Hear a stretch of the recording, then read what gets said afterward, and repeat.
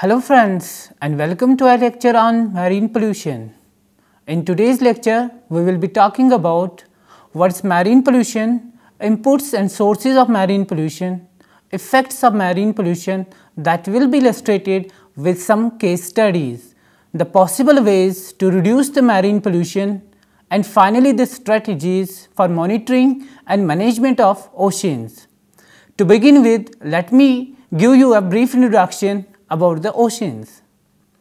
Oceans cover approximately 70% of the Earth's total surface area. In the total water content of Earth, 97% is present in the oceans. It harbors a rich source of biodiversity and its population may exceed in trillions. Oceans are the main regulatory agent of Earth's climate. About 60% of the world's population live within 60 km of coastal line and use the coastal line for their livelihood.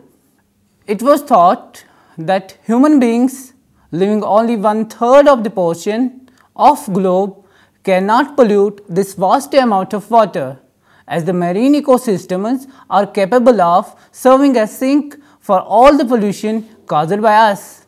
However, in reality this is not true. We have come to realize that our waste, even in small quantities, have huge effects on ocean communities and species. Now, the marine pollution. As per the UN definition, marine pollution is defined as the introduction by man, directly or indirectly, of substances or energy to the marine environment, resulting in deleterious effects such as hazards to human health, hindrance to the marine activities, impairment of the quality of seawater for various uses and reduction of amenities. It is known, however, that some pollutants can significantly alter marine ecosystems and cause harm, sometimes deadly, to species from the top to the bottom of the food web. Now, the major inputs of marine pollution. There are three main types of inputs of pollution into the ocean: coastal sources including river influx, atmospheric deposition, and offshore inputs. Coastal sources are either point sources or diffuse sources. The point sources include direct outfall through pipes discharging contaminated water from coastal industry, sewage discharges and development sites. Contrary to site-specific discharges, diffuse sources result from broad-scale activities, example agriculture and forestry, and are mostly associated with leakage of nutrients into groundwater, which are later transported into the sea. Both point and diffuse sources may also be located far away from the coast, in the upper reaches of a river, where contaminants are introduced into the water course. Via their estuaries, they carry possible large quantities of contaminants into the sea. Secondly, air emissions from planes are considered true atmospheric sources of marine pollution. However, they share certain features with pollutants that originally stem from either land-based or offshore activities. With respect to pollutants that are deposited through the atmosphere, two broad distinctions may be drawn. First, materials stay for either a short time or a long time in the atmosphere. In the case of the former, they are mostly deposited close to their sources. In the case of the latter, they are widely distributed on a regional or even a global scale. Secondly, substances usually enter the sea in rain. In contrast, particulate matter may also just fall out. So far we have talked about the coastal sources, point and diffuse sources, and atmospheric depositions. Now the offshore inputs. They mainly emanate from vessel source pollution. Although vessels contribute to the pollution of the marine environment in a variety of ways, the share of their overall contribution is not very large. It is about 10%. Now dear friends, we will discuss the main sources of marine pollution. There are about 5 major sources of marine pollution, and of all the sources, the largest is from runoff and the discharge on land masses. The smallest source is that related to offshore oil production. First, the oil pollution. It is mostly used to describe marine oil spills, where oil is released into the ocean or coastal waters. Oil spills are due to the following: crude oil from tankers, offshore platforms, drilling rigs and wells, spills of refined petroleum products such as gasoline, diesel, spill of any oil refuse or waste oil. The major contribution of 62% is due to the industrial waste. Refineries and terminals contribute 1%, natural sources 10%, tanker operation 7%, tanker accidents 3%. Other shipping activities add 15%, and the offshore incidents contribute 2% of the total oil pollution. During war times, particularly during World War II, the amount of oil put into the sea through the sinking of ships was very large. In all of this discussion, we all must remember that we potentially play our own role by the unintentional, yet nevertheless thoughtless disposal of old crankcase oil, which ultimately ends up in going down storm drains which lead to the ocean. In addition to the petroleum products that end up in the storm drains, a lot of plastic also take this route.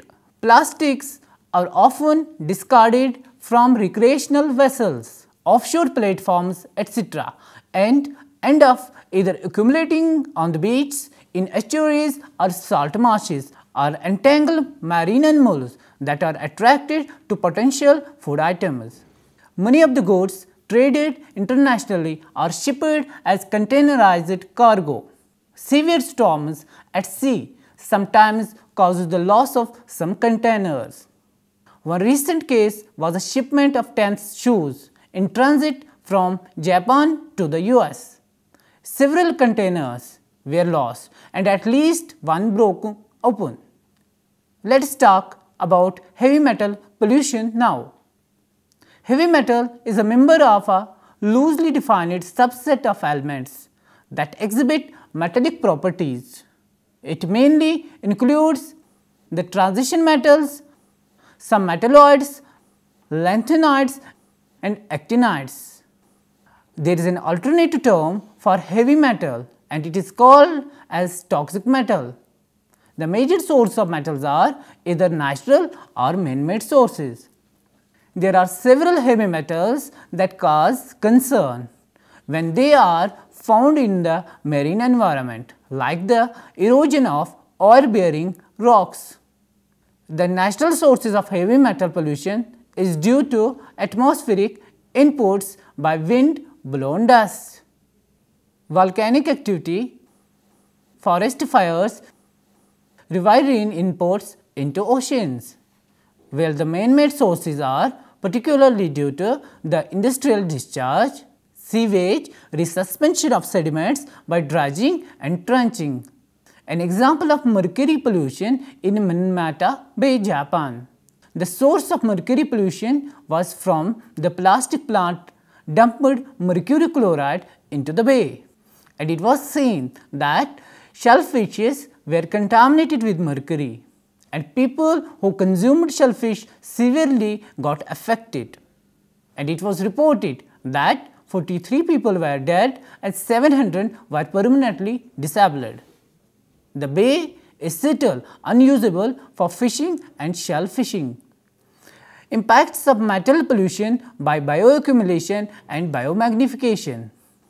Bioaccumulation is an increase in the concentration of substance in an organism or a part of that organism. The affected organism has a higher concentration of the substance than the concentration in the organism's surrounding environment. It is also called bioamplification, that is, increase in concentration of a substance in a food chain, but not in organism. Now the third source, municipal sewage. The leading source of marine pollution is runoff and discharge from land. The largest discharge from land is sewage, both industrial waste and sewage sludge. These waste products are either discharged by underwater pipes or dumped from barges. The effects of marine pollution happen on different scales of time and space depending on the organisms involved and the extent of the pollution. Another type of marine pollution is thermal pollution, or the changing of the temperature of seas or oceans. This can be caused by cooling water from power plants and industrial sites. Dear friends, let us discuss now the important issue, that shipping related threats to the marine environment. A wide range of different substances may pollute the marine environment. Many of these pollutants are released by vessels either operationally or accidentally. First, the operational pollution. Operational pollution denotes the phenomena that vessel source marine pollution is not confined to accidents. In fact, the majority of pollutants are released while the ship is on voyage rather than accidentally. In this respect, activities include the chronic discharge of sewage, tank residues, bunker oils and garbage, as well as the exchange of ballast water, emissions from vessel engines and pollution due to anti-fouling paints on ships' hulls. Discharge of soil debris, example deused packaging, is an even more serious concern, particularly in the coastal areas of developing countries. While the majority of sources, 60 to 80%, are land-based, the main offshore sources are fishing vessels and cruise ships. A large number of species is known to be seriously harmed and killed by plastic debris. Marine animals are mostly affected through entanglement in and ingestion of plastic litter. And the second one, accidental pollution. Polluting substances are released accidentally due to collisions, contacts with external objects, groundings, explosions, cargo transfer failures, sinking or loss of cargo. Ships often carry large quantities of cargo that's toxic or otherwise hazardous. The most evident example are oil tankers, which if involved in an accident may spill thousands of tons of crude oil. Yet oil is just one type of cargo that is dangerous for the marine environment. International Maritime Organization, in its efforts to enhance the safety of marine transport, has listed about 800 pollutants in Part 3 of International Maritime Dangerous Goods Code. The adverse effects of accidental spills of these substances range from mere reduction of amenities to severe hazards to human health and deterioration of marine habitats. The polluting effects of oil in the marine environment will be described in the next section. Now friends, we will be discussing the effects of marine pollution. The effects of marine pollution are very diverse. This is because the forms of marine pollution are very diverse. Organic matter, organisms that were alive but are not anymore when in the sea or ocean, causes a drop in dissolved oxygen. This can lead to the death of marine animals. These algal biomass can also release toxins that can kill fish and poison people. Human waste from sewage work, because of its fertilizing properties in plants, can cause algal blooms. Not only do these blooms cause discoloration of water, which looks horrible, it can also clog fish gills or even be toxic. The breakdown of algae also causes the drop of oxygen, as talked earlier. Ecological impacts of accidental oil spills are distinct and most critical. Typically, spilled oil separates over the surface of the water, forming a thin film. since large spills in the open ocean will often just burn off or disappear without detectable impact. Tanker accidents are most disaster close to land. The oil coats marine animals and birds at sea as well as the shallow subtidal and intertidal ecosystems close to the shore. Once the oil has drifted ashore, it poses a great danger to highly vulnerable ecosystems such as fixed vegetation, estuaries and oyster and mussel beds. Areas affected by this spill may suffer from it for many years, even when they appear to have completely recovered. If enough oil penetrates the sediments, hydrocarbons alter the long-ranging trends of community structure, particularly with respect to microalgae and worms. The toxic chemicals in the oil can cause physiological damage, which can include change of behavior. It can also damage the reproductive systems, which has an effect on the population of a species. It is also an eyesore and tar balls created on beaches and are very difficult to clean up. Human waste gets into water via many ways, can increase the concentration of pathogenic microorganisms in that part of the sea. Filter feeding bicuspid marine animals like mussels, clams and oysters concentrate pathogens in their gut. So, eating these animals from polluted waters has a health risk. The discharge of sewage is a ubiquitous problem and may cause severe bacteriological pollution, harming local fisheries and aquaculture, and in some areas leading to an excess of nutrients. Sediments from mining, forestry and farming cause the water to become cloudy. This can harm photosynthesis underwater. It can also bury marine habitats, which can kill fish and other marine species such as coral. Pesticides like DDT and other chemicals run into rivers and through the food chain, built up in large quantities in marine mammals and birds, and cause them to have a reproductive failure, which causes a decline in the number of these marine mammals and birds. Chemicals which are painted onto the side of boats to prevent growth of marine organisms often seep into the sea. These pollutants can affect animal life, especially in places of high traffic like harbors and marinas. Alien species compete with native species for food resources, etc., can kill off native species and reduce biological diversity. To add to all this, these species can introduce new marine disease. One of the most dangerous pollutants to marine life is plastics. Items like plastic bottles and bags kill marine animals due to choking and suffocation as they eat them thinking that they are food. Other animals are also killed by getting tangled in plastic items. Other miscellaneous items littered into the sea also can harm marine life. For instance, discarded fishing nets continue to catch fish and so kill fish that are not even going to be consumed. The plastic debris on beaches can last up to 400 years. Radioactive substances also pollute underwater. These substances can enter in food chain and cause disease in marine life. Thermal pollution can kill temperature-sensitive marine species such as coral. It can also confuse and displace marine animals. Now, the physical damage to marine environment. Even without causing pollution of the marine environment, ships can harm oceanic habitats and wildlife by direct physical impact.